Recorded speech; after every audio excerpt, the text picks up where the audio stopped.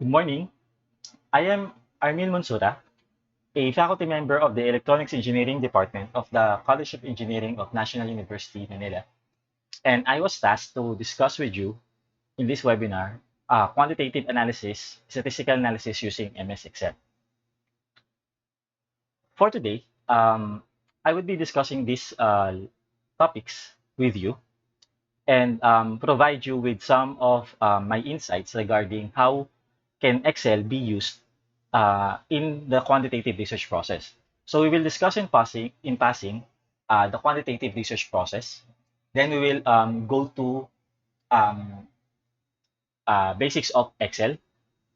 We will discuss the relationship or the what you can do with MS Excel and your data, and how do we the two main or major steps in the quantitative research process that that can make use of your skills in Excel. Now, I would like to point out at this point that my discussion will be centered around the use of the tool, the use of Excel in as part of your quantitative research workflow. Um, my discussion would not really center around statistical theory or statistical concepts, which is very important, by the way. Okay, which is very important that we have to learn these concepts and theory. Okay, but given the time that we are provided for this webinar, um, it would be much better that we discuss or we focus more on the use of the tool, which is MS Excel. And at the end of this webinar, I my I really hope that number one, you'd be motivated um, to study statistics more and um, Excel more, and not only Excel but other tools that are used in um, the research or in statistical analysis. That's my short-term objective for today for you. So hopefully, there after this webinar, you'll be able to have that mindset and have that motivation in order to study further Excel and statistics, uh, and be able to engage yourself in meaningful research studies in the future. So basically, when you say quantitative research, it means that your research deals with numerical data that represents the characteristics of the population that you're trying to study. It is the counterpart of this is the qualitative research, in which you are trying to determine or you're trying to generalize a characteristic of the population without really using much of without really using much of numerical data. So in quantitative research process, um, we crunch in numbers. So therefore, it is really critical for us to be able to use software tools to aid us in coming up with the numbers and with the figures that is needed to support our interpretations, our generalizations, our observations. So these are the steps, or these are the steps in that is within the quantitative research process. This is according to Peter Samuels. So number one, define your aim and research questions. Number two, carry out a literature review. Number three, for primary data research, you need to establish a conceptual framework and use it to design a data collection instrument to collect your primary data. When you say primary data research, it means that uh, it is you as the researcher who would be devising methods on how to get the data in order to answer your research questions and achieve your research objectives. For secondary data research, in this case naman, uh, the data is sourced from other sources, such as the internet, for example, or some other previous studies that already have dealt the topic that you are trying to study, or this may be a data set generated by some company or some agency.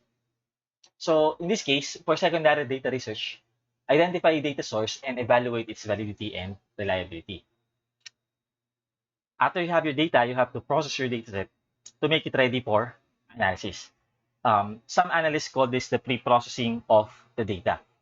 Um, your data may be not suitable yet for doing meaningful statistical analysis. So therefore, you need to clean up the data, uh, try to make it ready for analysis. Carry out an exploratory data analysis using descriptive statistics and an informal interpretation. This means that before you actually jump into the actual data analysis, you might want to get some perspective on your data, get some feel from your data set. And this feel might be helpful later on because it might give you an idea how to actually attack or how to actually um, handle the data set in order for you to be able to get meaningful conclusions out of the statistical analysis that you would be doing later on. And although the step uses the term exploratory, um, odds are that exploratory data analysis and informal interpretation will make a way into your conclusions at the end of your study. Carry out an inferential analysis if this can answer your research question. So if descriptive statistics will not suffice in answering your research question or attaining your research objectives, then probably you might need to perform inferential analysis um, so that you'd be able to achieve your objectives and answer your questions. And then finally, you report on your findings. Now, at the start, I manifested that you should be able to integrate Excel into this research process. So, in which step specifically can you actually integrate Excel? Um, you can um, you can do it here. Uh, so, in pre-processing your data, okay, you can do it in this part where you can carry out an exploratory data analysis. Okay, you can use Excel, of course, here, okay, in which you have to do inferential analysis. And you can also use Excel here in generating your reports. So I'll explain later on why. So why is Excel is a tool that can be used in quantitative analysis? Number one, Excel spreadsheet is an excellent tool for storing, processing, and managing data. Excel has functions for generating descriptive statistics. Uh, Excel has functions and methods for carrying out inferential analysis of data. At least the figures that you needed to make an inference about your dataset, that's what Excel can provide you, not the entire interpretation or not the entire inference. Um, Excel has a wide array of visualization graphics that can be used to analyze your data. These graphics are also great for reporting the results of your analysis for general consumption. That is why I told you earlier that you can use Excel in reporting your findings because you can generate graphics that can be used for reporting the results of your study. Excel is usually the tool of choice to process a dataset before a more specialized statistical software is used. So every statistics student and data analyst, every student of data analysis and statistics usually start with Excel as a tool before we jump into more sophisticated, more specialized statistical software. Now, just to set our brain wavelengths closer towards Excel, let us review some basics about your Excel. So I'm pretty sure that most of you have been able to use Excel at one point in your um, study. And you might be familiar with the environment, but let us just um, name them so that later on, when we use them during the discussion of the tool, we'd be able to understand where to which part of the window am I referring to. So these are the window, the ribbon tabs. This is a ribbon group. So in this case, this is called the editing group under the home tabs. Um, these are ribbon controls.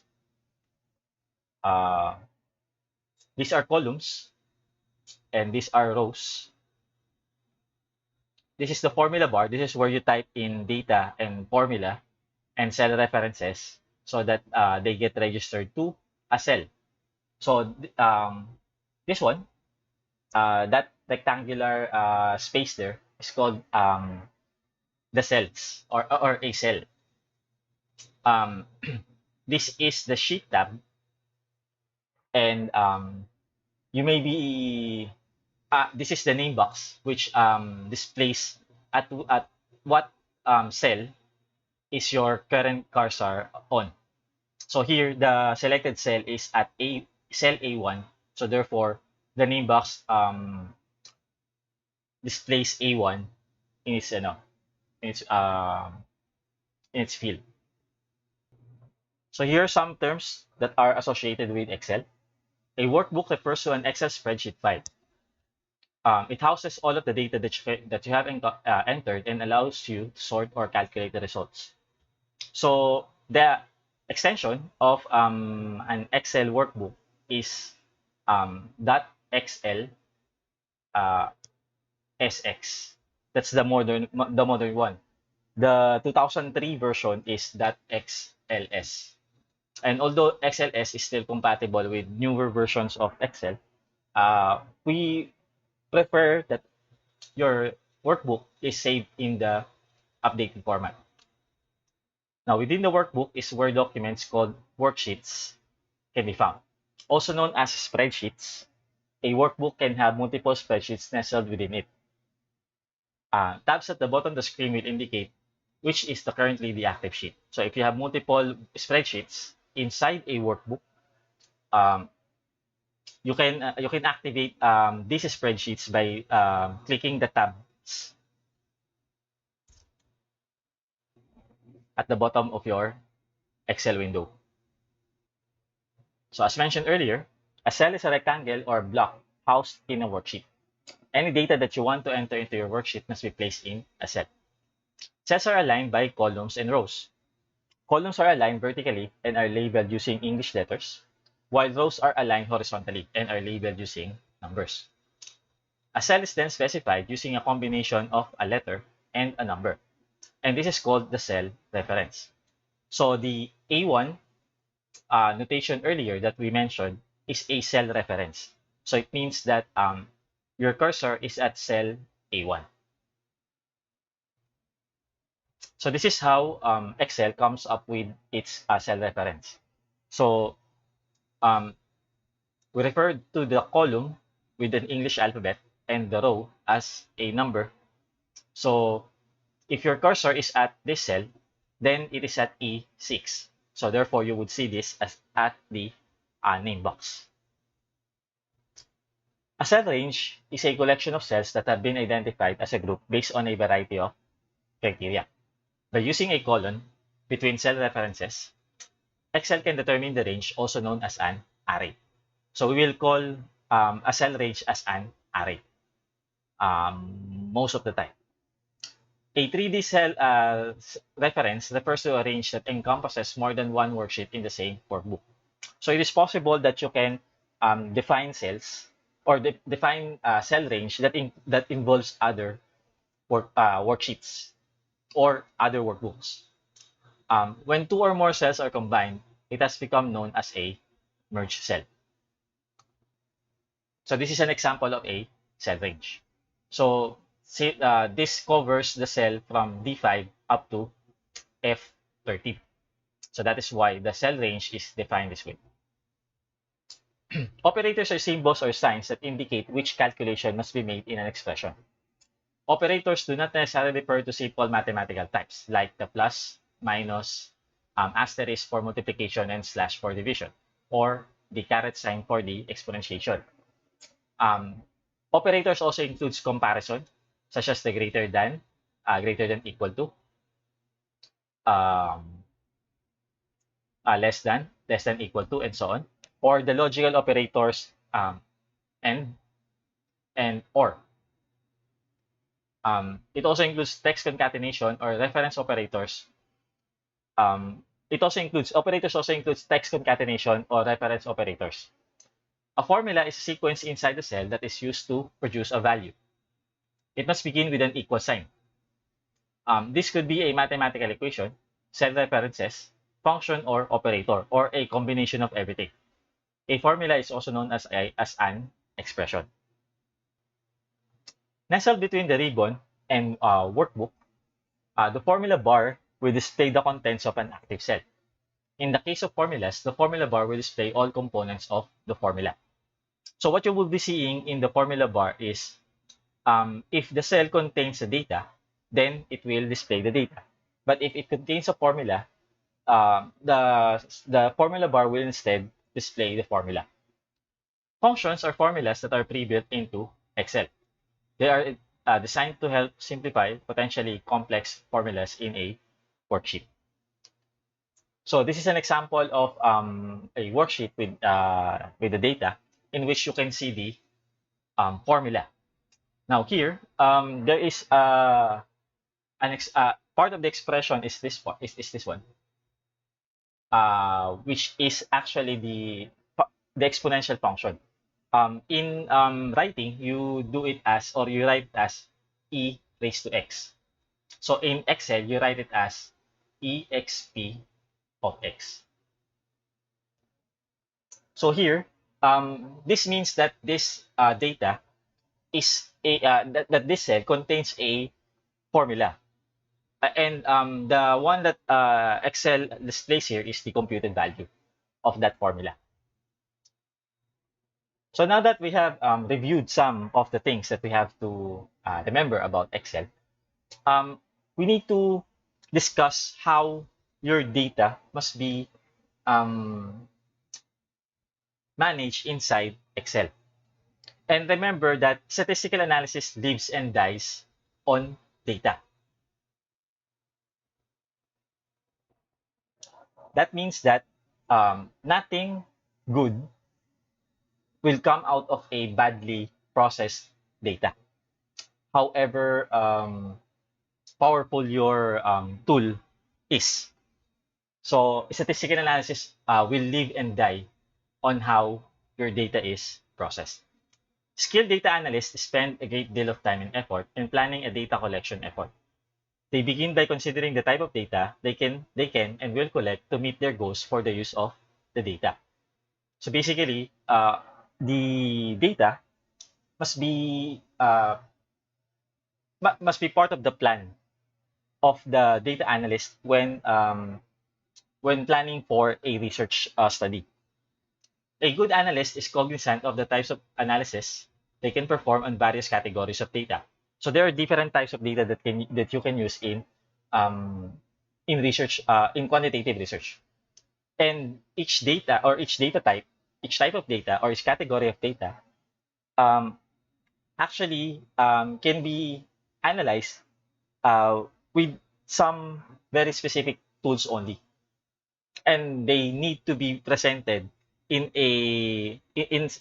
there are some rules in which this data or these categories of data must be presented into the tool so that the tool would understand that this data is to be processed this way. So this is particularly true in statistical analysis, where there can be often strict clues for the types of analysis that can be performed in various types of data. So these are the categories of data according to Guerrero in his book Excel Data Analysis, Modeling and Simulation. So we present here four. So nominal or categorical data, ordinal data, interval data, and ratio data. A data is categorical if it just takes on um, or it represents non-numerical characteristics.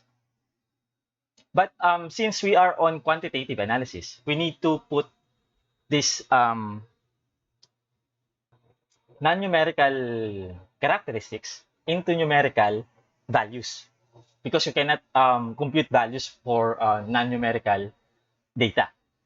So basically the values used to represent categorical data does not have any meaning in value. It just separates one category from another. So some examples are the country where you were born. So you might have say Philippines to be represented as the number one, Malaysia to be represented as the number two, Japan to be represented as the number three, and so on. So the numbers used here does not have any meaning in value. They are just used to represent these characteristics. Second data class is the ordinal data. Ordinal data are numbers that also represents non-numerical characteristics. But we need to remember about ordinal data that unlike in categorical data where the number has or the value of the number really has no meaning, in ordinal data, the number will have some sort of meaning. It means that there is some kind of an order. So that sort of meaning in the value of the number for ordinal data stems from the fact that the characteristics that you are trying to quantify or represent as a number, sorry, not quantify, but represent as a number, have in nature have some kind of an order. For example, preferences, in terms of, say, for example, your favorite serial or your favorite TV show, you may rank, okay, the keyword here is rank. You may rank your favorite TV shows from, say, 1 to 5, with 5 being the lowest rank and 1 being the highest rank. And there is an order between these characteristics. It means that the show that you will put in number 1 is something that you like more than what you have in number 2. But here's the catch. The show that you would have put in number 5 doesn't mean that you dislike it or you like it 1/5 less than that of the number 1. So the ratio or the relationship between the numbers are irrelevant or meaningless. But still, there is an order that you need to put into the data.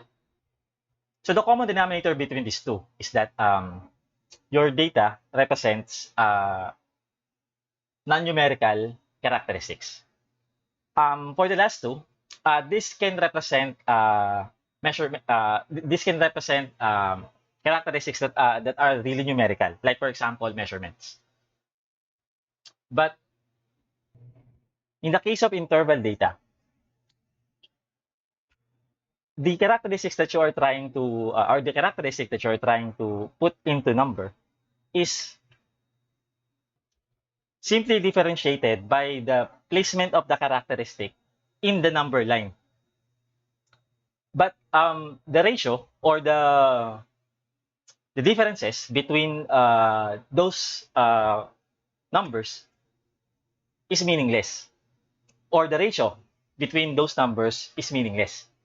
So here, a clear example would have been that to say that in temperature, a 30-degree room temperature does not mean that it is twice as hot as a 15-degree um, room temperature. So the ratio or the 30/15 ratio does not hold meaning in terms of temperature. Finally, the ratio data, in which, again,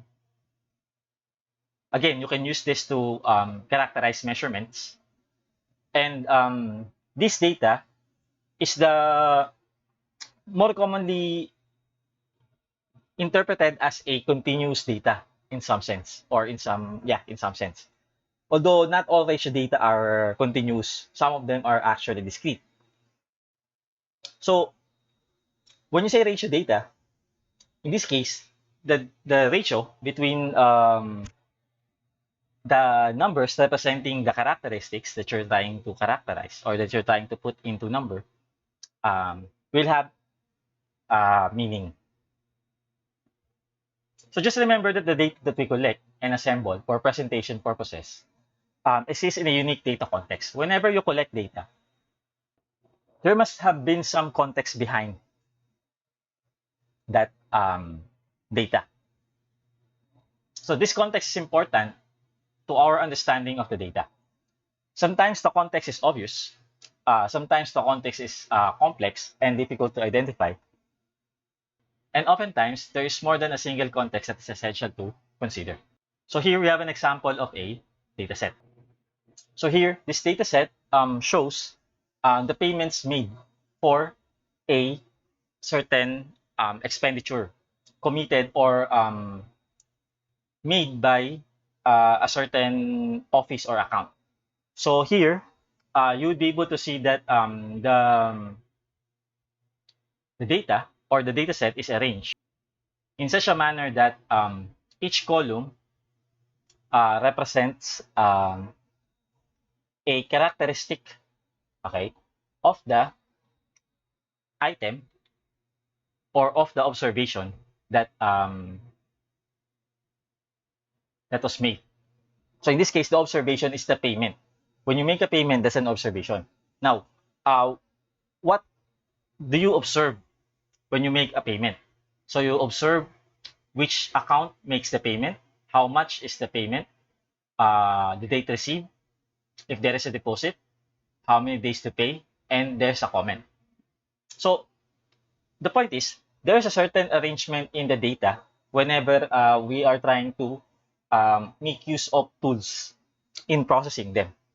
So we need to arrange. There is a certain orientation in the data set that we need to comply with in order for us to be able to come up with meaningful with meaningful interpretation after doing the data analysis. So here we define a cross-sectional data. So a cross-sectional data is a data that is taken at a single point in time. So basically, when the data is taken without in consideration of the time that it was taken, then it is called a cross-sectional data. It means that the observations were made at point in time in which the characteristics of the observation will not be affected by time, or that time is out of the question, Now, in this case, each of the primary data entries referred to as records, so records or observations, contain several important and diverse dimensions referred to as fields. So in the case of the data set that I have shown you earlier, the fields are the dates, account, amount, nature of expense, names, a comment, etc. We also call these fields as a variable. So it actually just depends on which field which application uses the data analysis. For example, if this is a purely research undertaking, you use observations and variables to describe the row and the column of your data. While if you are on a if you are constructing a data set for a business for a company, you may refer to the observation as a record and the field or the variable as a field. So since we will be researching or we will be in the field of research, we will refer to the row of data as an observation and or which is an aggregation of data representing the characteristics of the one being observed. And a column of data represents a variable, which is a characteristic that is being observed on a um, respondent to our um, research or study. So this visualizes how your data should be presented in a data set. So this one this is a subset of what we call the Family Income and Expenditure Survey 2006 up to 2012, which is actually aggregated. These are different surveys, but they are combined together. And each row actually represents a household head.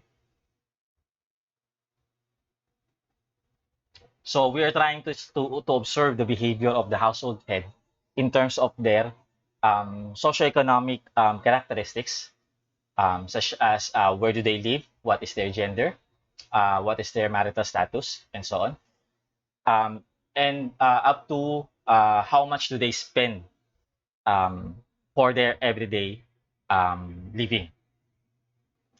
Now, there's another form of data set, which is called the time series data. Now, the time series data is taken, is our observations of a characteristic over time.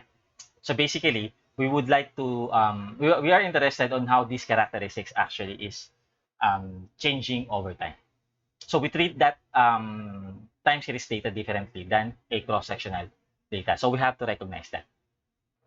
So Guerrero, in his book, gave some advice on how data must be prepared. So not all data are equal. Spend some time and effort considering the category of data that you will collect and how you will use it. More is better. If you are uncertain of the specific dimensions, so more here actually refers to the variables of a data observation that you would need for analysis, err on the side of recording a greater number of dimensions. But don't overdo on the amount of data. If you can communicate what you need to communicate with less data, then by all means do so. Bloated databases can lead to distractions and misunderstanding. Keep it simple and columnar. Select a simple, unique title for each data dimension or each variable, field or variable, and correct the data in a column, with each row representing a record or observation of recorded data. Comments are useful because, again, we need context around your data. So if others are trying to access your data set, then it would be useful for them to have these comments. And finally, consistency. Be consistent in everything, naming variables, setting data types, etc. So the first step in the after you have your data, the first step now, before you actually process your data or before you actually put your data into data analysis, you need to make sure that your data set is ready to be processed and ready to be analyzed. So here are some of my personal tips when you pre-process your data set. Rename variables so they become more intuitive. A unique identification code may be assigned to observations. Datasets may contain inconsistencies, which will become a nuisance later. This may either cause your statistical tool to return unreliable results or you to make incorrect interpretations of the results. Obvious suspects here are non-responses or blanks, or responses that are inconsistent with the rules set for the variable. For example, incorrect data type. You need to establish consistent rules on how to handle these cases. For example, you may want to drop incomplete records from the dataset. You may want to refine the values so that the dataset can become more consistent with what your research aims and your framework are. For example, you may want to reduce the number of categories in a categorical variable or round off numbers that are too large or too small in a ratio. So I will demonstrate some of these steps using a data set that I have prepared for this talk. Although this data set is actually a data set that I have worked on because of the dissertation of my wife, which we will talk about later. So basically, this is a subset of the family income and expenditure survey. So this is an example of a raw secondary data that the Philippine Statistics Authority gives to those who requests for FIES data set. So this particular file is a CSV file. So essentially, this is a text file. And it is size almost 200 MB. So you can just imagine how much data that is placed in there. Now, I have taken a certain subset of that data so that the file now would be much smaller. But still, the number of respondents for this survey is 50,000, 38,483. So, in order for you to process this large data set, you really need to be skilled in using tools such as Excel in order for your workflow process be more manageable and be easier. Now, the first thing that I would like to do here is to try to put in some unique ID to each observations. This may be this process may be critical in one of the steps that will be done when processing the data. So basically, I'll be just giving you a tip on how to do this. So basically, to fill a column cells with a column cells with a sequence of numbers, um, you type the first two numbers of the sequence in adjacent cells, select those cells, and then drag the fill handle, which you can see here when those cells are selected, until all required cells are filled up with the numbers of the sequence. But as you can see, but you can imagine that you have 38,900 rows of cells to fill up, and by dragging that would really take some time. So this is how I visualize the step. So you um, place the first two numbers of the sequence. You drag this handle here downward until you be able to fill all the cells. An alternative is to use a formula, the row which would extract the row of a cell reference. So in this case, you start with A1 so that it would return 1 for that particular cell. And then copy that formula uh, in all of the cells. Now, when copying formulas in Excel, it would be helpful to, especially if you're dealing with large data sets, it would be helpful to learn some of the shortcuts that are available for you to navigate easily. For example, pressing Control plus an arrow key takes you to the last data field cell in the direction of the arrow key you pressed. For example, if I place if my cursor or if my cursor is there and then I press Control and then the right arrow key, it will take me to the last field cell here. Or if I press Control and then down, it would take me to the last row of cell that is filled. And if I actually press Control and Shift at the same time and then press an arrow key, say arrow up, it would actually select those cells. So when you have a large data set, you really need to learn these kinds of shortcuts. Now, you may want your data to be to carry a specific format so that it would be helpful in looking for some inconsistencies in your data set or troubleshooting later on. So, for example, you would want a variable to have a specific and consistent number of digits. Say, for example, you want it to be a 5-digit number, and if it is just number one here, you need 4 zeros before that, which you cannot write in Excel. Then you may want to apply a custom number format. So to do that, you go to the Home tab, Cells Group, click on the Format Control button, and then you'd see here at the bottom the Format Cells command. Now, it would cause this Format Cells dialog box to appear. Select Custom at this pane, and then select the closest number format that you wish to do. In our case, since I would just like to establish 5-digit number, so this would be the closest one that I can find. And then under the box under the type label, I'll just modify this to become this, so that I'll have a data type, a data format or number format that is of 5 digits. And then I'll just press OK after that. So data sets, especially large ones, may contain cells that are empty or may have cells whose data is inconsistent with the rules established for a variable. So empty cells may be sourced from non-response of the respondent, non-entry of data during the encoding process, or some other errors. So errors made during data encoding may also be blamed for data which is not consistent with rules or protocols established for a given variable. For example, your categorical variable only has 4 categories, but someone put in a 5 there. So you'd be able to find those missing or inconsistent data using the filter function of Excel.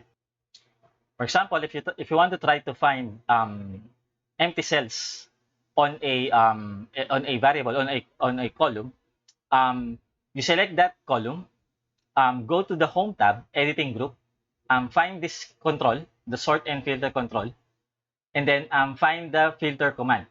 Now it would cause this to appear, this window to this context menu to appear. Now you may be able to see the list of data values that are listed here or available here in your column. Now if you see here a blank, it means that there are missing data in this column. You may want to use the search button if this list is very long. How do you handle missing or inconsistent data? You may want to verify with the respondent if it is possible. You may want to drop incomplete observations.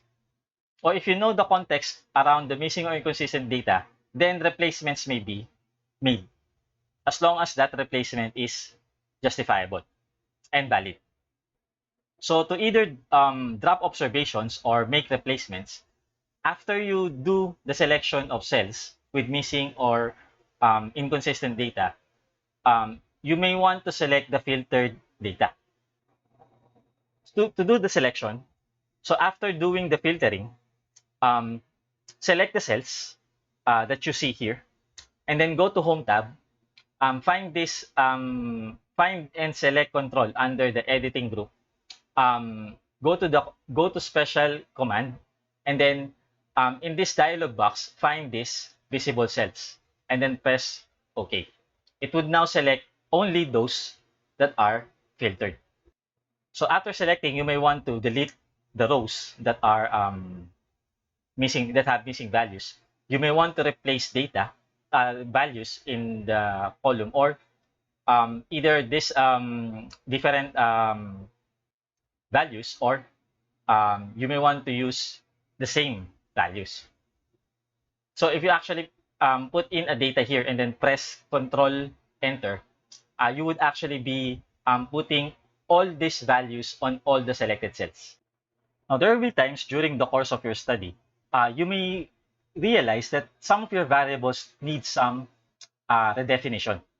For example, if your data set is a secondary data set, it is possible that some of the variables that are available in that data set is not consistent with what your framework is.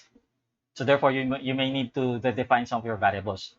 Or it is also possible that during initial analysis, it would turn out that a better outcome, or a better or a more plausible interpretation may be made by actually redefining variables. Redefinition of variables is not doctoring the data. It just means that you have to define the variable in a different way, but it's still consistent with what your research question or research objectives or study framework is. For example, in one of the data analysis that I have done for my wife for her dissertation is to actually generate a what we call a pseudo longitudinal panel data. So as I mentioned earlier, a cross-sectional data is a data set that is taken um, at a certain point in time, but the time does not have any meaning on the data set. But if you actually obtain a cross-sectional data for the same type of people or respondents and for and on regular times or on regular intervals, then and if you combine them into one data set, the data set is now called a panel data or a longitudinal data set. So in this case, we attempted to create a data set for a household, which is difficult because we don't have any identity of the households that are available or that are identified in the surveys. So what we did was to do some algorithms in order to come up with what we call a pseudo longitudinal panel data. And the outcome is an analysis of the movement of income of those households. So some of the functions that you can use to do to reassign values in categorical variables, for example, is the if function. So for example, you would want to reassign the urban category, which is originally 1 in the dataset, to become 2 instead. And the rural category, which is originally assigned as 2, to become 1. So here, I simply used an if formula, which simply as this one. So this just means that if the cell is equal to 2, then make it 1. Otherwise, if it is not equal to 2, then make it 2. So that is how we can use the if function to change or reassign values in categorical variables. We could also do nested ifs and in conjunction with other logical operators, such as OR. Say, for example, you have 5 categories, 1, 2, 3, 4, 5, but you would want to merge this into a single category. So you just reassign it as 3. So you'd have a statement that if the cell is either 3, 4, or 5, then make it 3. Otherwise, that's 1 or 2. So if it is equal to 1, then make it 1. So I use another if statement for that. And if it is not equal to 1, then make it 2. So that's how we use the nested if and other logical operators here. Another interesting problem in this aspect is reassigning a variable having from a large number of categories to a smaller ones, which is more or less what is needed in most of the studies, because you really don't need this kind of details. So here, from 22 categories, for a variable, for the EDOC variable, having 22 categories in the original dataset, I need to reduce it to 4 datasets, categories only. So the approach used here is the use of the lookup function. So basically, you'll create a lookup table and then use the lookup function in order to find a replacement for a particular cell value. For example, in this case, this is the lookup table that I have made in Excel, just beside the dataset. And then, in order to replace this 2 here, from the original dataset, I use this formula, the lookup formula, in order to replace that 2 with 1 that is here in the new assignment. So G2 here represents what is being looked by the lookup function. So here it's looking for this number 2. Now the second entry, this range, okay, this range is actually the range for which the lookup function would look for this. So your lookup function would look the cell G2 here.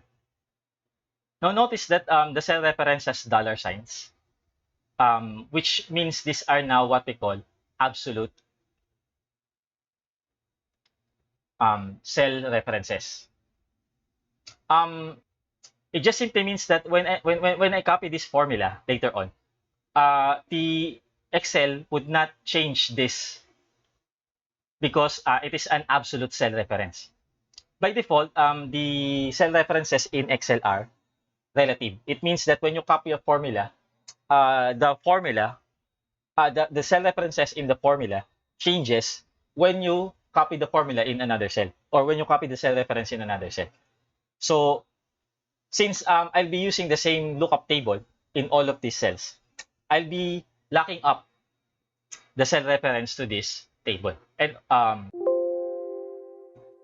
also this one, which refers actually to here, which where the lookup function would look for the replacement for the value here. So there there are many functions in Excel that are really interesting to use, and it actually makes the work of a data analyst really much lighter. It is just up to us to discover those functions. Now we go to the last part of this discussion, which is summarizing and analyzing your data set. So after you pre-process your data set, you are now ready to analyze it. You are now ready to make analysis processes into your data set. First off, there is a need for you to summarize your data set. Say, for example, you would want to determine how much, what is the minimum and maximum expenditure of a household per region. You may want to create this summary. So for us to be able to generate the data for this one, for the minimum and the maximum expenditure, you can use conditional statistical functions such as min ifs and max ifs. So here, min ifs and max ifs functions are used to determine the minimum and maximum 2015 expenditures of the household per region. Now here, you can interpret this formula by looking at this one. The first set of cell range that we have set here is actually the cell range where the function would look for the minimum. So it would look for the minimum of the values of this variable, which is the expenditure. Now the second cell range here refers to the cell range where it would look for the region. So basically, what the function would do is it would compare, it would find all observations in this range whose value is equal to what is specified in this cell, which is in this case 1. So therefore, it would look for the number 1 here. Okay, and then try to find for the minimum of all of those values. So that is how your min ifs would work. Same thing with max if, but instead of finding the minimum, it would find the maximum. So if you actually just simply change what to look for, say for example, instead of looking for the number 1, you look for the number 2, or look for the number 3 here. You look for the number 3 here. So you'd be able to find the minimum for each of the regions. So that's one way to summarize your data. Another way is the use of count ifs. So in this case, count ifs counts the number of occurrences of a certain value. So in this case, the first entry here, okay, so the first entry, the first cell range here, refers to the cell range that covers the highest grade completed variable, which means that it is looking for this category. So Since this category is assigned as values 1, 2, 3, and 4, it would look for all of those cells that are equal to 1 for this particular cell. Okay? And then, the second criteria here, or criteria range, or the cell range here, actually refers to the range that covers the gender variable. So the gender variable only has two categories, 1 and 2. So that 1 and 2 represents male and female. Okay? And it will look for the number 1, which is the male. So essentially, at this cell, it looks for uh, all those males, or it counts the number of male who graduated or reached the primary school. So, by just simply changing these values, you can change the category at which your countifs would count the occurrences of in these cell ranges. So, essentially, you would be able to count the number of male and females reaching this kind of educational attainment. So that's one way to summarize your data. The other way, and probably the easier way, I think, is the use of the pivot table. So the pivot table actually simply just requires you to select which data set to which range of data to analyze, and then it would you would be using an interface that would allow you to summarize your data in a much easier manner without actually thinking for formulas. So for example, we will use pivot table to generate the breakdown of jobs per region. So basically, what the summary would give us would be the how many occupies a certain job in a certain region. So to do this, we go to Insert tab, click on Pivot Table, and then select the table or range by which we will have our data. So here, we will have to select from here to here, so the entire data set. And then the output should be placed on a new worksheet. So the interface is something like this. Now, here you can actually put in the the row categories, I mean the region categories in each row, and the occupation categories in each column.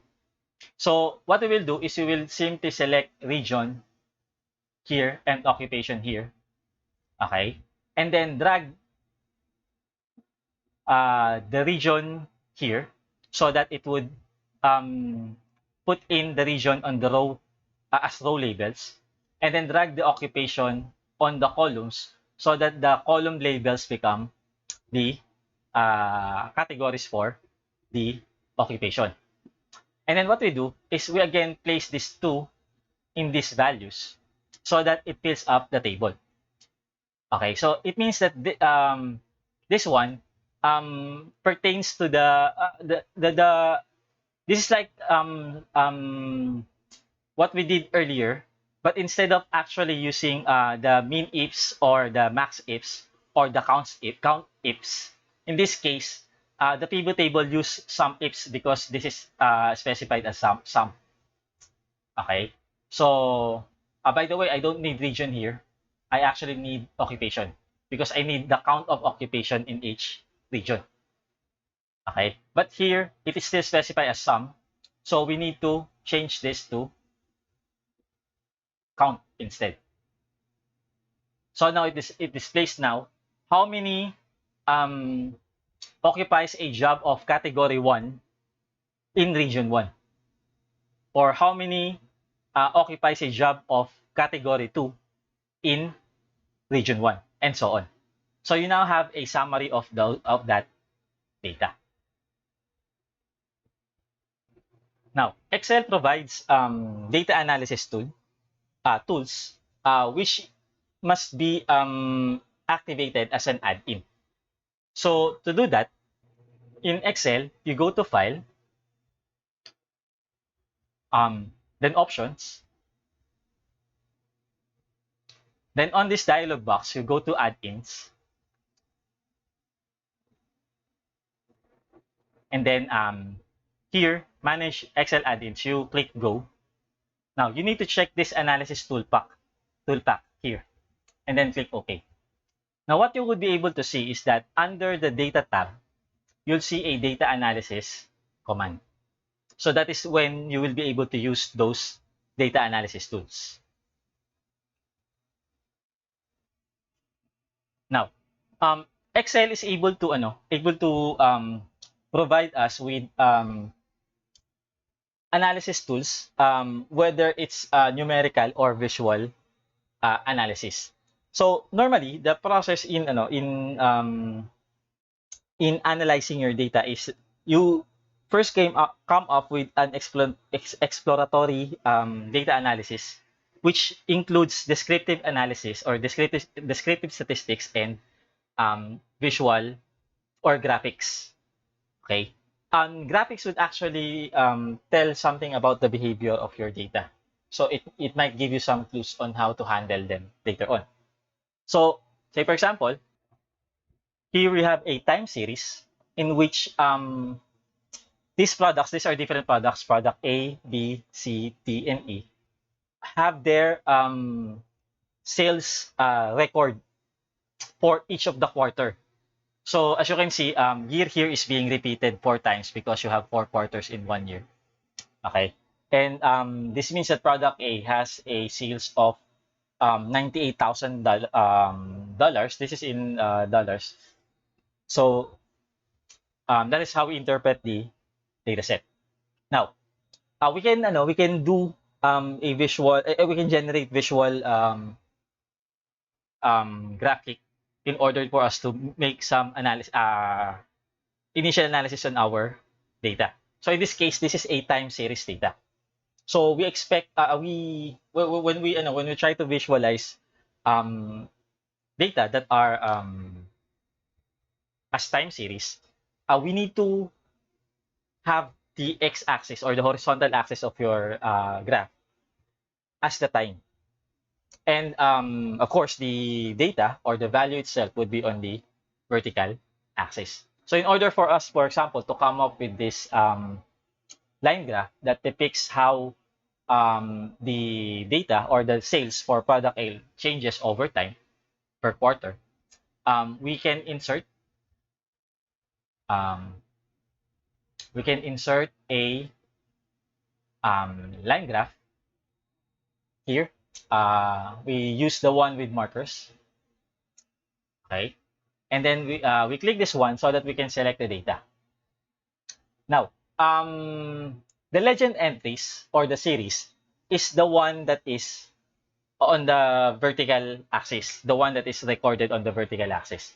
So if you want to add, or if you want to add the data for the vertical axis, the series name here is specified as the column header, while the series values are the series values. Okay, and click OK. So we now have the series for product A. But we have a specific data for the horizontal axis, which is the quarter number. So therefore, we need to edit this horizontal axis labels. So we click edit and then we specify the cell range for your horizontal axis. Click OK and then click OK here. You will now have this line graph that shows how your product A changes, or the sales for product A changes over time. Now, after analyzing your data using graphics, you may want to do some or to generate some descriptive statistics for your data set. So, since you already have activated the data analysis add-in for your Excel, you'll be able to find the descriptive analysis tools available under that command. So here we have the data set again. And for us to be able to generate this descriptive analysis or descriptive statistics numbers, we go to data, Click on Data Analysis. And then on this window, you choose Descriptive Statistics. Click OK. Now, on this part, we will have to specify the input range. So in this case, we will have to generate the statistical numbers for the sales of these products. So we will have to select them. And then this is grouped by columns because each column represents a different product. Check this because our first selection or the first row that we have selected are the labels. And then click this one so that you can specify the output range to be, say for example, somewhere here. So that you would have not, you would need not to switch to other worksheets. Okay, so click this one and then click OK. And before that pala, we check this summary statistics so that it would display the numbers for summary statistics. So we wait for the Excel to compute and then it would now return the numbers for your descriptive statistics. So that's how we can use Excel for generating descriptive statistics numbers, which is important when you're trying to do an initial analysis of your data. How important the descriptive analysis is that sometimes I have seen that the results of the descriptive analysis actually dictated how the rest of the analysis have been carried out, especially in the dissertation of my wife. So we can also take a look at covariance and correlations between your variable. And basically, covariance and correlation simply defines the relationship between the two variables that we are considering. So positive covariance or correlation denotes direct relationship between variables. It means that if one variable increases, the other one also increases.